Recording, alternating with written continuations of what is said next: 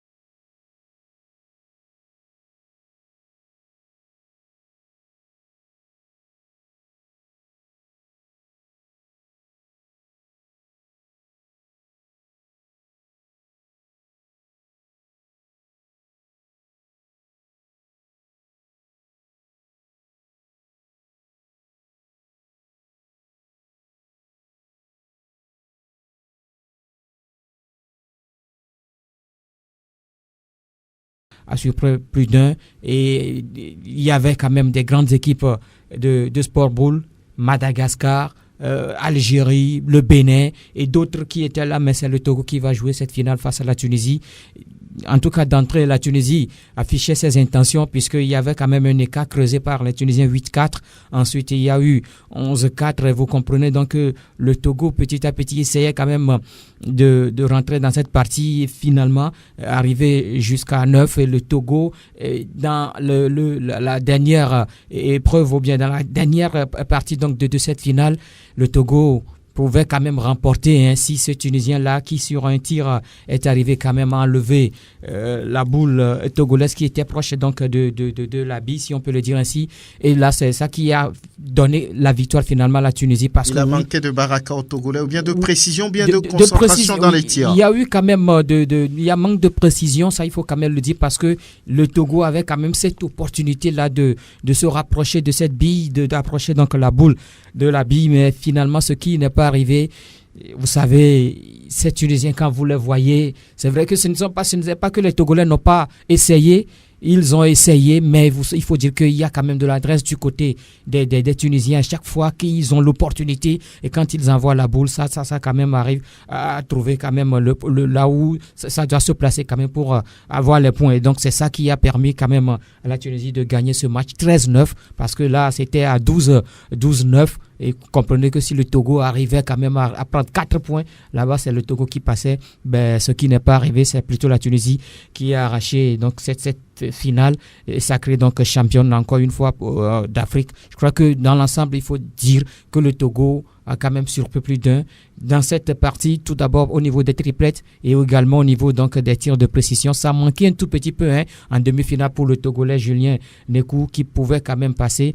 Malheureusement, face à l'Algérien, il n'est pas arrivé quand même à passer. C'est quatrième dans oui, les tirs classé de précision. Donc quatrième dans les tirs de précision. Il faut dire que dans ces tirs de précision, le Béninois Marcel, c'est lui. Il est intouchable. Il est intouchable, ça il faut le dire. On le surnomme le robot. Ouais. Donc si on le surnomme robot, il faut comprendre que c'est un casseur.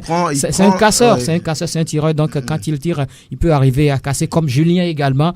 Mais là, il faut dire que au premier tour, il avait connu. En tout cas, quelques difficultés. Je voudrais parler du Béninois, mais finalement, il est quand même arrivé à avoir beaucoup de points qui lui ont permis de Marcel Biova Terrazini, oui, c'est ça. Voilà, donc pour se retrouver quand même au second tour et puis se retrouver en demi-finale et se retrouver en finale et battre l'Algérien en finale largement d'ailleurs 42-32. On va d'ailleurs écouter le coach tunisien Fatiou Stati qui se réjouit, on va dire, de cette victoire, mais respecte quand même le jeu déroulé par le Togo. Pour moi, c'est le travail et la discipline. Tu peux arriver et gagner même le championnat du monde, c'est tout. Ça n'a pas été une finale facile pour vous, hein? Non, nous, on a mal joué, c'est tout, c'est tout. Eux, ils ont bien joué dans une seule main. Ils ont fait 4, ils ont tiré 3 fois, ils ont mis le 4e. Mais les autres mains, c'est pour ça on a gagné, c'est tout. Mais c'est des bons joueurs. Le tireur, le milieu, classe, sont des bons joueurs. Alors comment trouvez-vous l'organisation de ce championnat à Lomé? Excellent. Et Lomé, une ville excellente. Propre, tous les gens sont gentils, serviables en plus. C'est comme ça, je vous souhaite une longue durée de vie. J'espère bien que je reviendrai ici à Lomé. Voilà, à l'instant, Fatih Oustati, il est le coach tunisien.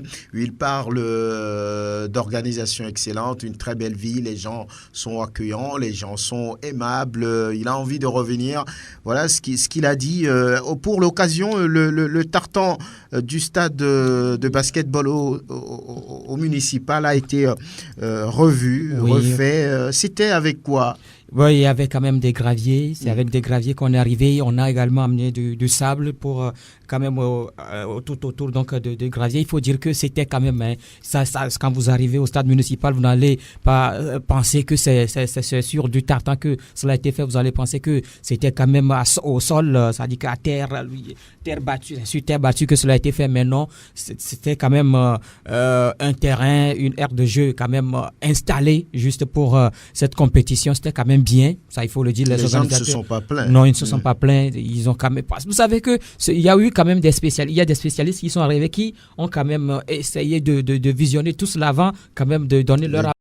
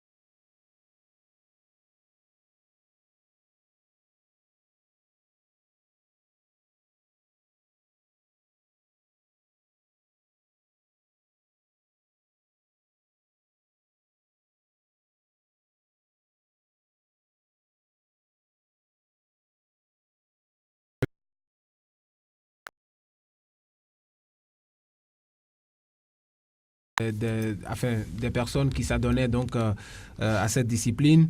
On appelle communément la pétanque. La pétanque, oui. Voilà, moi, je le considérais comme, disons, du divertissement. Bon, c'est à la surprise générale que j'ai appris que c'est devenu une discipline sportive et qui regroupe donc des nations à une compétition comme celle que notre pays a abrité. Il faut dire que c'est une discipline olympique aussi. Oui. Ah, d'accord. Ça veut dire tout simplement que en quelques années, les choses ont carrément évolué. Ça veut dire tout simplement que ceux qui dirigent, n'est-ce pas, cette discipline ont une certaine volonté de pouvoir donner une autre dimension, n'est-ce pas, disons, à cela. Parce que, bon, je me rappelle aussi qu'on avait essayé, disons, à être comme cette grande personne qui chaque soir se retrouvait dans les rues des quartiers pour pouvoir jouer cette pétanque. Je ne sais pas pourquoi ça, on a changé de nom. Pour qu'on l'appelle aujourd'hui Sport Boule. Bon, je ne sais vraiment pas parce que bon, c'est la pétanque qu'on parlait. Oui, c'est les boules. Ouais. Oui. Donc, je me rappelle même qu'à Lomé, à l'époque, dans les années 2000, il y avait aussi, disons, des compétitions interquartiers, des compétitions qui s'organisaient. Ouais. C'est un peu comme les jeux de cartes où des gens quittaient ce quartier X pour aller dans un autre quartier Y où il y avait des compétitions. Et vous allez voir dans les rues, il y a autant de monde, mais vous vous demandez, mais qu'est-ce qu'il y a avant de vous rendre compte finalement que c'est les Sport Boule. Félicitations, même si le Togo n'a pas gagné le trophée comme il s'y attendait, je pense quand même que le fait d'avoir organisé cette compétition sans incident majeur est un pari réussi pour les organisateurs.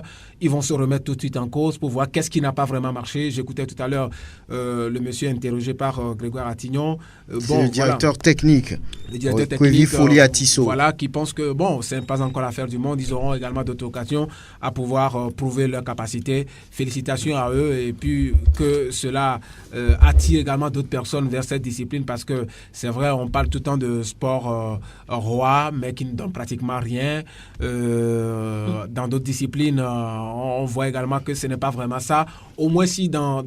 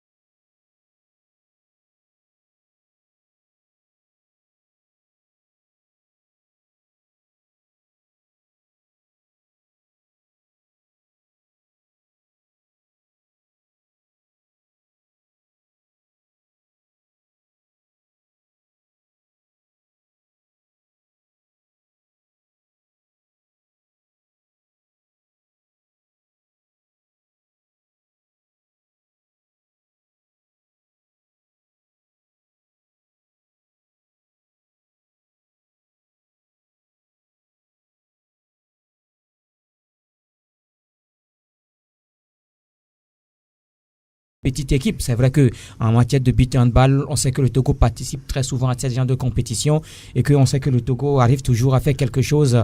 Et là, ils l'ont démontré à travers donc ces premiers Jeux africains de la plage, même s'ils ont perdu face à la Tunisie. Je crois que c'est quand même bien la médaille d'argent parce que là, c'est aussi quelque chose. On est quand même arrivé à décrocher une médaille, ce qui veut dire qu'on ne va pas rentrer bredouille. Prosper Agboklou, c'est des compétitions, c'est des performances qui donnent des indications par rapport au travail qui se fait à ce niveau-là. Le beach handball, la plage, elle est là, jolie, belle, l'une des plus belles plages, on va dire, du continent. Mais on a comme l'impression qu'on n'en profite pas trop. Et cette performance des beach handballeurs doit interpeller. Oui, sérieusement, vous avez trouvé le mot interpeller. subitement, on peut croire quand même que ces performances-là révèlent que il y a de nouvelles, je dirais, des progrès qui se font dans de nouvelles disciplines comme celle-là et une ambition nouvelle qui naît par rapport à la volonté de certains citoyens, par rapport également à certaines disciplines. Arrêté l'a dit tout à l'heure, on a souvent été au football en tant que sport roi, mais il nous a toujours créé des problèmes. Alors que quand vous voyez, alors que c'est le sport qui, je dirais, avale la plus grande partie du budget, alors que ça ne donne rien. Et cependant, de l'autre côté, on voit quand même que quand on prend le basket, le hand et jusqu'au hand beach hand, plutôt. Oui, au beach handball. Voilà. Ouais.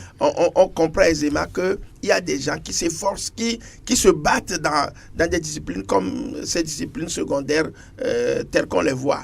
Maintenant, qu'est-ce qu'il faut dire? C'est des indicateurs, comme tu l'as dit. Il va falloir revaloriser, faire un état général du sport et réévaluer un tant soit peu les choses et rééquilibrer, je dirais bien sûr, la balance au niveau de tous les sports. Parce qu'on ne peut pas avoir des citoyens qui, pour un match gagné, prennent 3 millions ou pour un match nul, gagnent pratiquement 2 millions.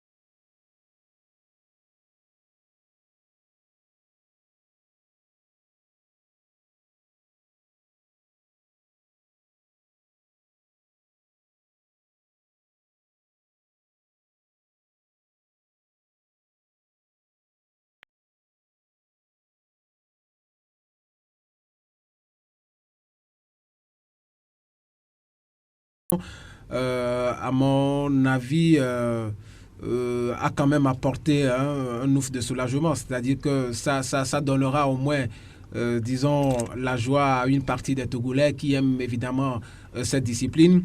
Je dirais que sans surprise, aucune surprise n'est venue marquer cette participation si ce n'est la place occupée par ces beach handballeurs que vous aviez, dont nous parlons. Je pense évidemment que la surprise devrait venir peut-être si on avait vu le Togo à une telle place dans des disciplines très connues, c'est-à-dire des disciplines qui sont la plupart du temps pratiquées.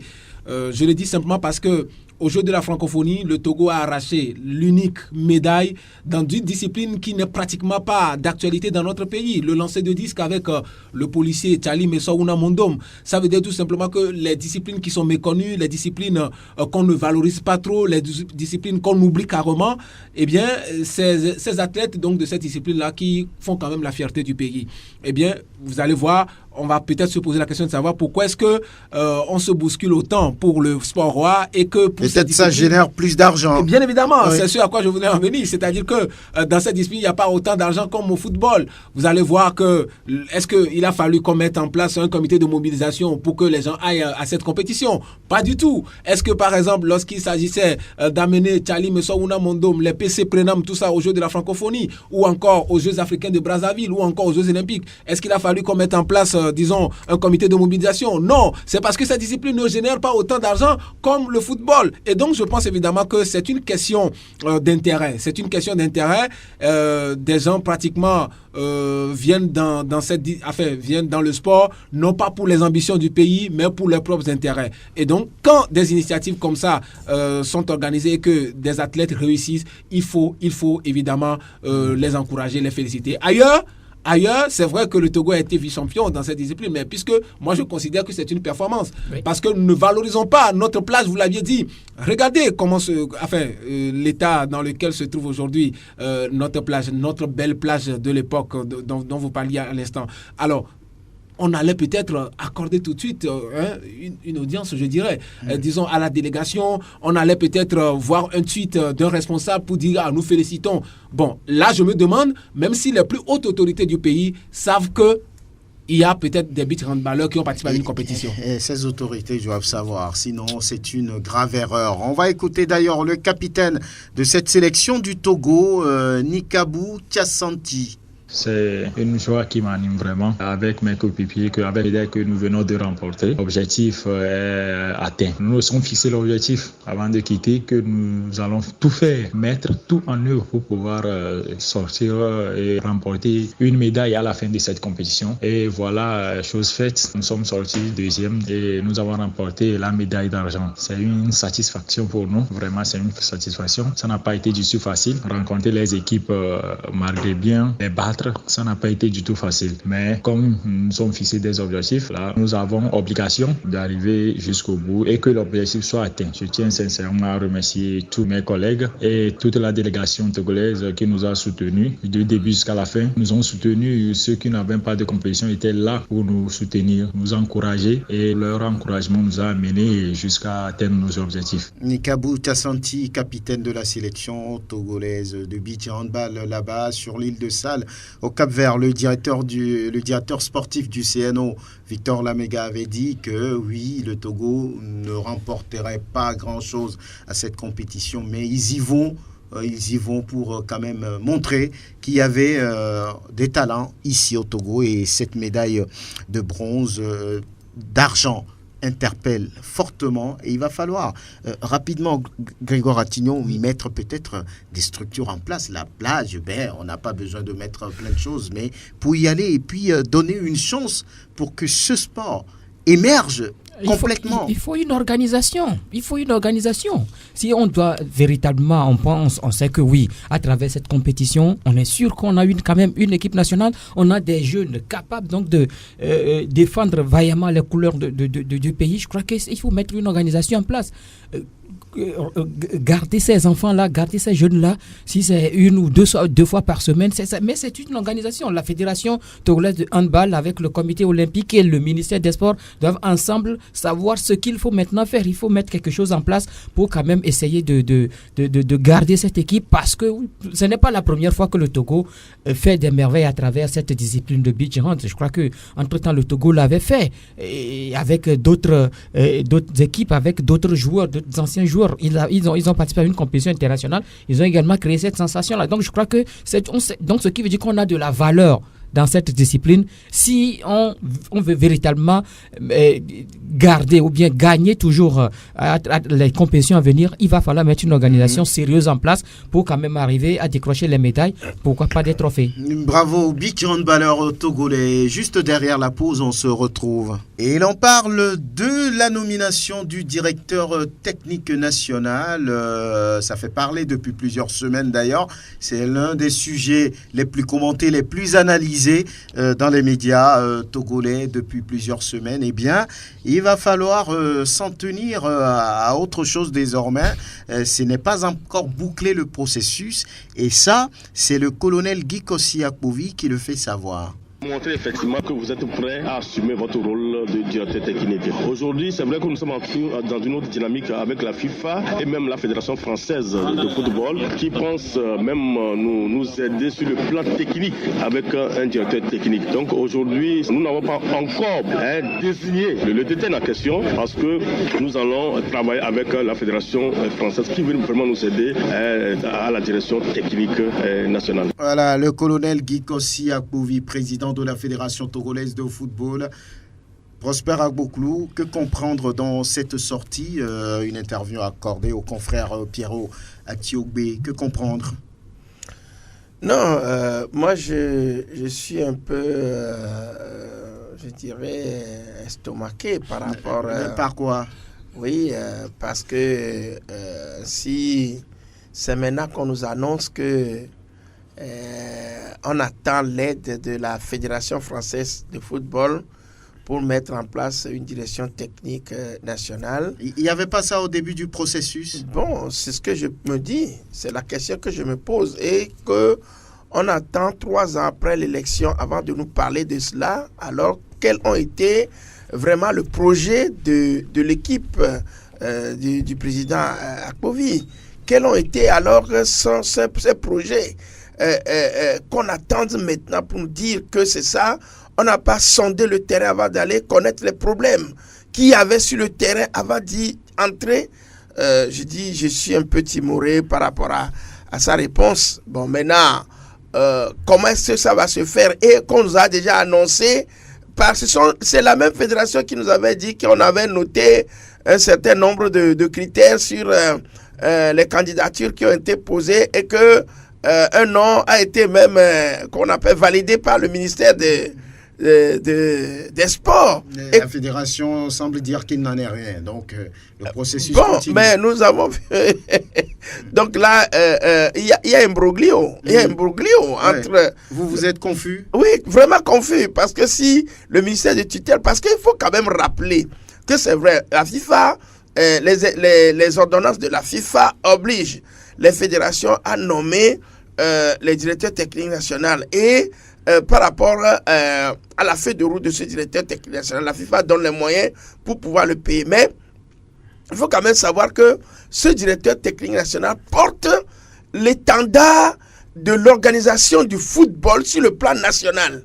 C'est-à-dire qu'il n'est pas là pour sélectionner un joueur pour l'équipe nationale, mais il est là pour faire un planning du football de la base jusqu'au sommet. Ouais. Voilà. Donc, si tel est le cas, c'est dit que celui-là, plus qu'un fonctionnaire donc de la fédération, il est plutôt un fonctionnaire d'État. C'est-à-dire qu'il est sous la charge de l'État togolais parce qu'il est là pour porter le flambeau de la politique sportive du Togo. Donc, pour moi, lorsque le président patauge de cette manière, on ne sait plus là où on va. On ne sait plus là où on va. Et depuis que le nom de Tchanilé était sorti, la fédération, enfin, moi, je ne sais pas s'il y a eu un courrier pour le démentir. Je ne sais pas s'il y en a eu. La fédération n'a pas réagi. Voilà. La fédération n'a pas démenti, n'a pas informé le public. Maintenant, on nous dit que après le voyage sur Paris, on a rencontré... vous n'êtes pas content, on va vous envoyer un directeur technique français. Non, moi je ne suis pas d'accord. Ça peut être encore les projets, les manigances de Claude Leroy, moi je ne sais rien. Oui. Mais là, moi je crois quand même que c'est nous qui le connaissons. Vous savez, pour terminer, si l'Italie, l'Allemagne, le Brésil, la France elle-même, l'Angleterre, l'Argentine, tous ces pays-là arrivent à grimper sur le toit du monde, c'est qu'ils possèdent leur football. Ils créent leur football à leur manière. Les Brésiliens savent jouer, c'est-à-dire d'une autre manière que les Allemands, que les Français, que les Anglais.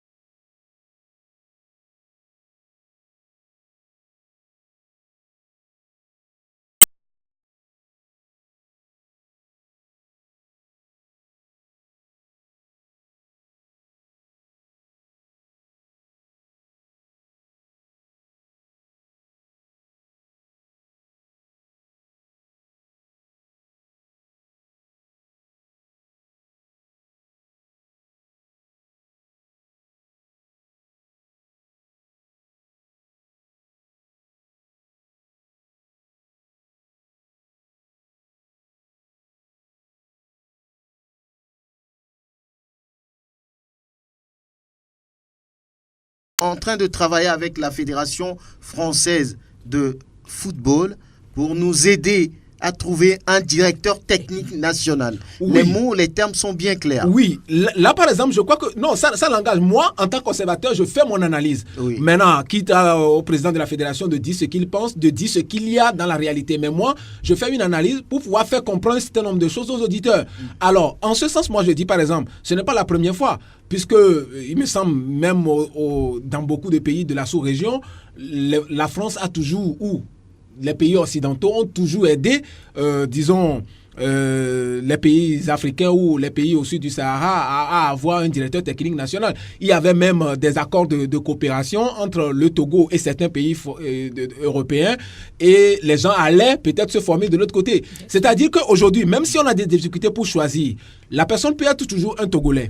Donc, on peut l'envoyer en formation peut-être pour 6 mois. C'est ce que ça veut dire la sortie du colonel Guy Kossi.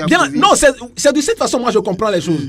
Maintenant, comme on le dit, c'est au moment opportun qu'on connaîtra la vérité. Parce que moi, si je l'interprète de cette façon, c'est simplement parce que compte tenu à quoi servit alors le processus enclenché au départ de cette nomination? Il y avait des critères bien précis, il y avait des choses, des dates bien déterminées, ainsi de suite.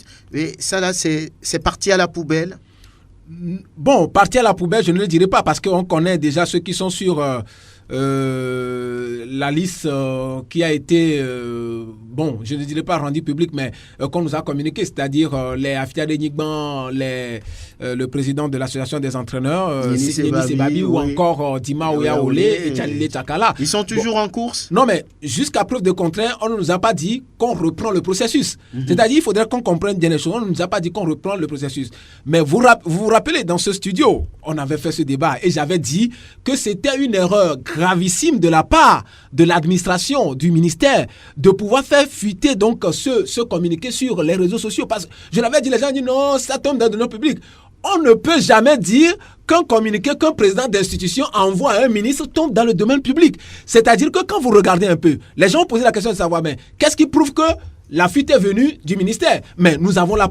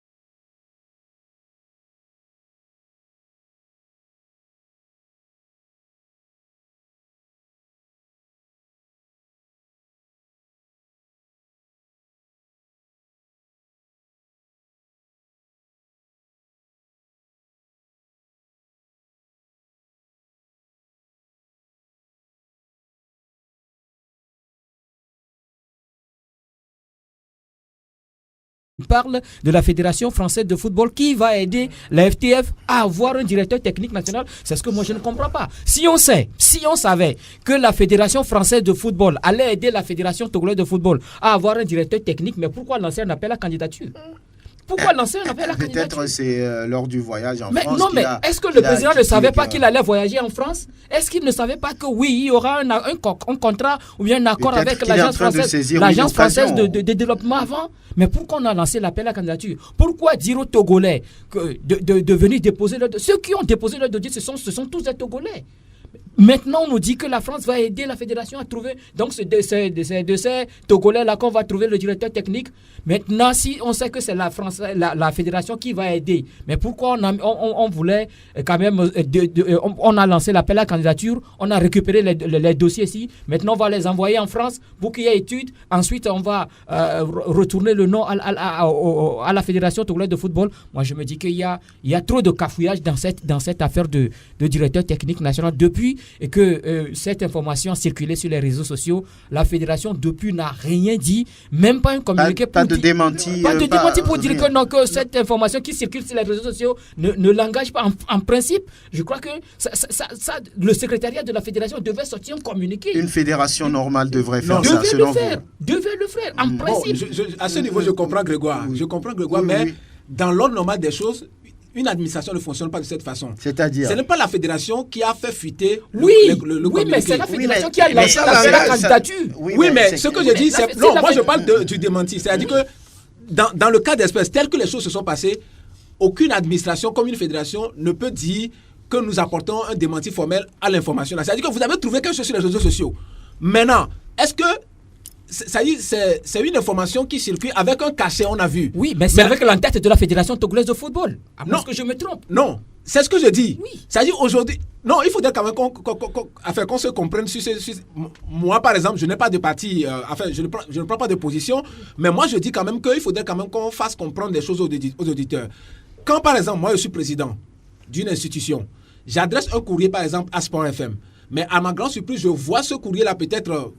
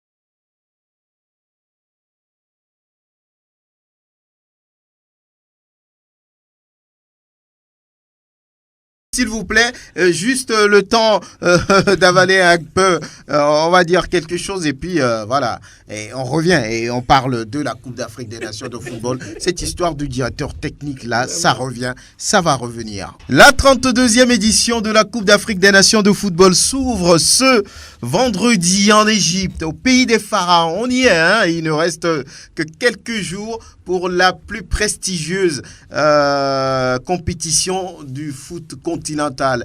Malheureusement, le Togo n'y est pas. Chacun de son côté, chacun grince les dents dans son coin. Et là, tout est fin prêt. Quand on voit un peu les écrits, les publications, on va dire que tout est fin prêt du côté de l'Égypte, prêt à accueillir, on va dire, les 23 nations. En plus de l'Égypte même, ça fait 24. 52 matchs au total, du 21 juin jusqu'au 19 juillet 2019. Ça va faire la fête, il y aura du spectacle, ça va jouer. Et c'est l'Égypte et le Zimbabwe qui sont appelés pour donner le coup d'envoi ce vendredi à 20h temps universel. Oui, qui est favori sur ce match? Beaucoup disent, oui, naturellement, ce sont les septuples champions d'Afrique. L'Égypte qui a déjà gagné la compétition 7 fois. Et celui-là même qui a joué le plus de fois à la CAN, c'est Rigobert Bahanaksong, 36 matchs au total disputés par ce monsieur. Alors, qui est favori selon vous, Grégoire? Dans ce match non, de la sur le match d'ouverture, oui. Il faut dire que l'Égypte est à la maison. L'Égypte part avec la faveur des pronostics. Mais attention, on a vu quand même une équipe de Zimbabwe à la dernière Coupe d'Afrique des Nations qui a quand même essayé de montrer quelque chose. Et cette équipe aujourd'hui a réussi à obtenir sa qualification. Je crois que c'est l'équipe là qui est partie battre la RDC à domicile. Donc vous comprenez que ce n'est pas aussi gagné d'avance. Certes, l'Égypte va évoluer à la maison avec sa star Mohamed Salah, mais vous savez que c'est une compétition typiquement africaine et quand on parle des rencontres africaines, on sait ce que ça donne. Donc je crois que dans ce match, l'Égypte, part avec l'avantage quand même. Oui, on parle également de nouveaux venus. Ils sont là nombreux. Madagascar, on parle également de la Mauritanie, du Burundi, de la Tanzanie. Voilà, de la Tanzanie. Ils sont là pour apprendre, prospère, ou bien ils peuvent créer la surprise. Non, c'est trop tôt pour eux de croire à leur destin dans cette compétition. Alors, mais pourquoi ils sont là? Ils sont là justement pour accompagner les autres, apprendre, c'est vrai, mais accompagner les autres plus que leur statut signifie. Parce que, vous savez, si vous prenez même le Zimbabwe devant l'Égypte, vous savez, le stade international du Caire, lorsque l'Égypte a un match, vous savez que là-bas, l'armée contribue beaucoup. Oui, on demande à l'armée de remplir les tribunes. C'est ça qui fait peur. Vous vous rappelez, en 86, on se rappelle de ce match d'ouverture Égypte-Sénégal, gagné par les Sénégalais 1-0. J'ai lu sur les réseaux sociaux un commentaire donc, de celui qui avait marqué le but, Tierno Youm, à l'époque contre l'Égypte, qui retraçait un peu l'ambiance qui régnait et c'était une ambiance hostile.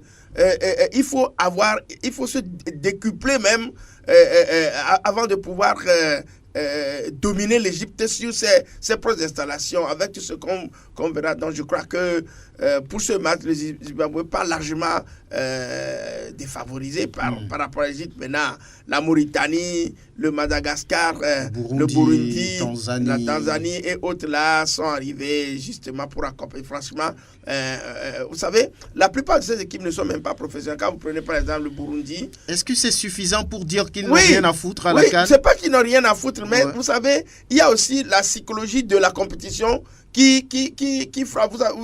C'est des gens qui jouent peut-être un match tous les 6 mois, tous les 3 mois, les 4 mois. Et là, on va enchaîner entraînement, match. Et à l'espace d'une semaine, vous avez 3 matchs en plus des autres. C'est là où les autres sont complètement étiolés, où les grands, eux, étant habitués, mettent en place donc ils ont plus d'expérience. Très bien. Oui, vous, Aristide Covidien, beaucoup parlent de Madagascar, qui est le pays du président de la Confédération africaine de football, Ahmad. C'est la première fois que les Baréas sont à la Coupe d'Afrique des Nations. Les Hirondelles du Burundi également, c'est leur baptême de feu. Et également de l'autre côté, les Mourabitoun de la Mauritanie viennent voir ce qui va se passer à la CAN. Les Taifa Stars de la Tanzanie aussi. C'est déjà cuit pour eux. Ils sont dans des groupes un peu difficiles. Par exemple, Madagascar, Burundi dans le groupe B, aux côtés du Nigeria et de la Guinée. On voit un peu la Mauritanie dans le groupe E, Tunisie, Mali, Angola. Mais c'est dur pour eux déjà, on peut le dire. Bon, sur le papier, je dirais quand même que oui, on connaît déjà leur sort. Oui, leur sort. Mais c'est le football. Vous savez, le football n'est jamais gagné d'avance. Et je dis souvent que dans le football moderne aujourd'hui, ce n'est pas forcément le plus fort qui gagne, mais celui qui surprend son adversaire par sa façon de jouer.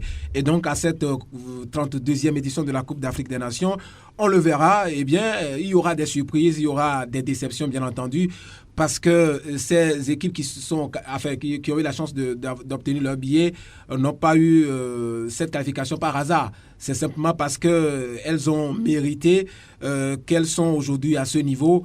Parce qu'aujourd'hui, avec la formule qu'on est en train d'utiliser, je pense aussi que ça a aidé beaucoup de pays. C'est un peu comme ce qu'on a vu avec l'arrivée d'Ahmad au niveau de cette Confédération africaine de football, où on a changé le format de la Champions League africaine, qui a d'ailleurs permis d'avoir désormais 16 clubs, disons, à l'étape donc, de la phase de poule, qui a permis à une équipe donc, du Togo, l'Est Togoport, pour ne pas la citer, d'être aujourd'hui ou d'avoir été la on va aller un peu plus vite. D'avoir été la première équipe. Et donc, je pense qu'aujourd'hui, c'est quand même une certaine incertitude par rapport au sort des différentes équipes.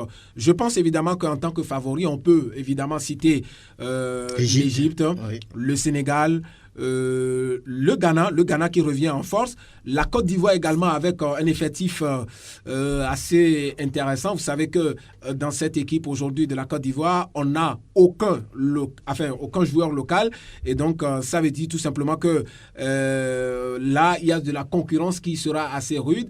Le Bénin, c'est vrai qu'on n'attend pas aussi le Bénin qui a éliminé. Le Bénin fait partie des favoris? Non. Non, le Bénin est un challenger. C'est-à-dire, on aura des favoris, des outsiders comme le Burundi ou encore la Tanzanie, mais aussi des challengers.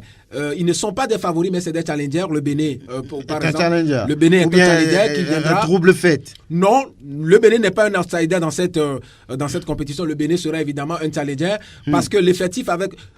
Le Bénin a gagné, le Togo, non pas parce que le Togo était beaucoup plus faible.